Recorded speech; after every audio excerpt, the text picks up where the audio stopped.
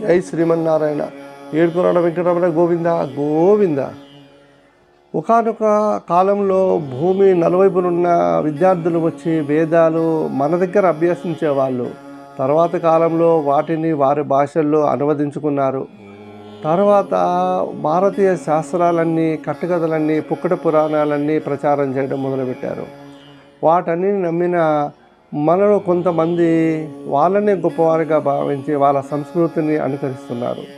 భారతీయులందరూ ఎవరేం చెప్పినా నమ్ముతారు. ఎందుకంటే వారికి మన ఋషులు ఏం చెప్పారు, వేదాలు ఏముంది అనేది వారికి చాలామందికి తెలియదు.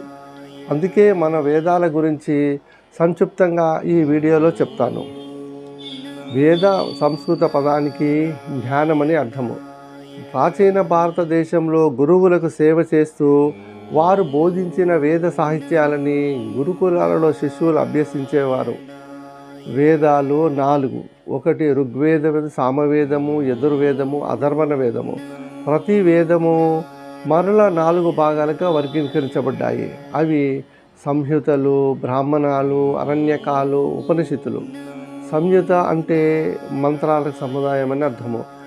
ఋగ్వేద సంహిత అంటే దేవతల గుణగణాలని గురించి, యజుర్వేద సంహిత యజ్ఞాల గురించి, సామవేద సంహిత దేవతల ప్రసన్నం చేసుకునే విధానాల గురించి, అధర్వణ వేదన అంటే లౌకిక విద్యాల నుంచి వివరిస్తాయి. వేదాలలోని సంహితలలో ఉన్న మంత్రాల అర్థాలు వివరిస్తూ ఏ యజ్ఞాల్లో ఏ మంత్రాలను ఉపయోగించాలో బ్రాహ్మణులకి వివరించబడింది. సాధారణ జీవితంలో సన్యాసము తీసుకొని అరణ్యాలలో తపస్సు చేస్తూ వేదాలను అధ్యయనం చేసే విధి విధానాలను అరణ్యకాలు వివరిస్తాయి. వేదాలలో చివరి భాగము ఉపనిషత్తులు. వీటిలో సృష్టి రహస్యాలు వివరించబడ్డాయి. వేదాలలో మొదటిదైన ఋగ్వేదంలో పురాతన భారతదేశంలో వాడుకలో ఉన్న వేద సంస్కృత శ్లోకాలు ఉంటాయి. ఈ శ్లోకాలు ప్రధానంగా విశ్వం ఎలా ఆరంభమైంది, విశ్వం యొక్క మూలము, దైవం గురించి అనేక ప్రశ్నలకు జవాబులు, దైవం అనుగ్రహం పొందటం గురించి, సమాజంలో ఎలా సద్గుణాలతో జీవించాలని, మరియు మనకు ఎదురయ్యే భౌతిక సమస్యలన్నీ వాటి పరిష్కారాలు ఏమిటి అని వివరించబడ్డాయి. వేదాల్లో రెండోది సామవేదం. సామం అనగా మధురమైనదని లేదా పాట అని అర్థం.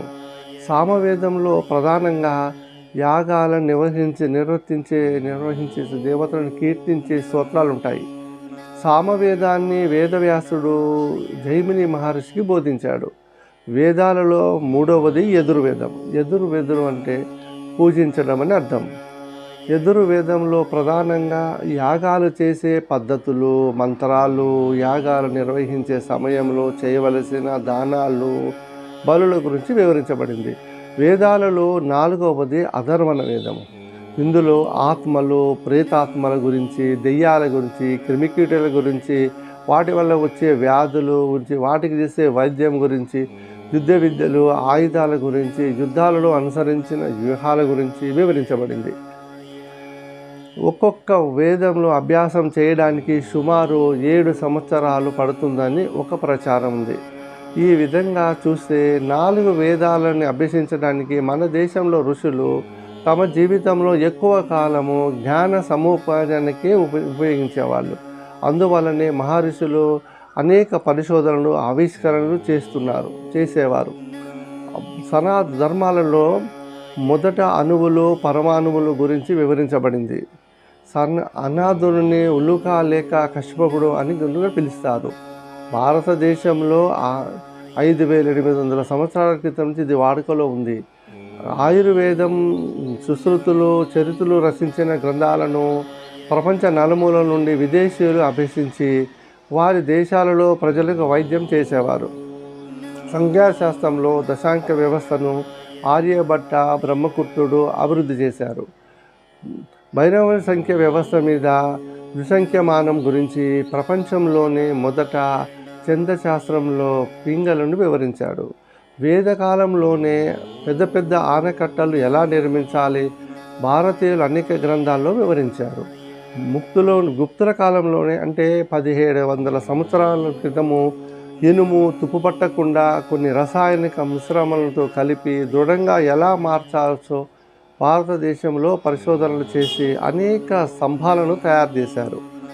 భూమి సూర్యుడి చుట్టూ ఒక కక్షలో తిరుగుతుందని ఆర్యభట్ట వివరించాడు. 5,000 సంవత్సరాల క్రితమే యోగా భారతదేశంలో భాషల చేత అభ్యాసించబడింది.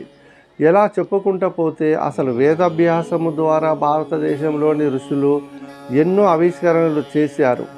కానీ ప్రస్తుతము వేదాల గురించి కానీ మన మహర్షుల ఆవిష్కరణ గురించి కానీ మనలో చాలామందికి తెలియదు. వాస్తవంగా ఏంటంటే మన వేదాల గొప్పతనం గురించి భారతీయులు తెలుసుకోరు, విదేశీయులు ఒప్పుకోరు. మరి వేదాల గురించి మీ అభిప్రాయాన్ని కూడా చెప్పండి. వేదాలు నేర్చుకున్న వారు మన హిందూ ధర్మం ప్రకారంగా వేదాలే మనకి ప్రామాణికమవుతాయి అన్నమాట. ఈ ప్రామాణికం కలిగిన వేదాల గురించి మనం తెలుసుకుంటే ఇంకా మనకి సృష్టిలో తెలుసుకోవాల్సింది ఏమీ లేదు. అంటే అంత గొప్పగా ఈ ఋషులు యోగులు దీన్ని రచించి మనకు అందించారు. అట్లాంటి వేదాల గురించి మనం తెలుసుకోవాలి, 10 మందికి చెప్పాలి. ఆ విధంగా మన ప్రయత్నం కూడా చేయాలి. జై శ్రీ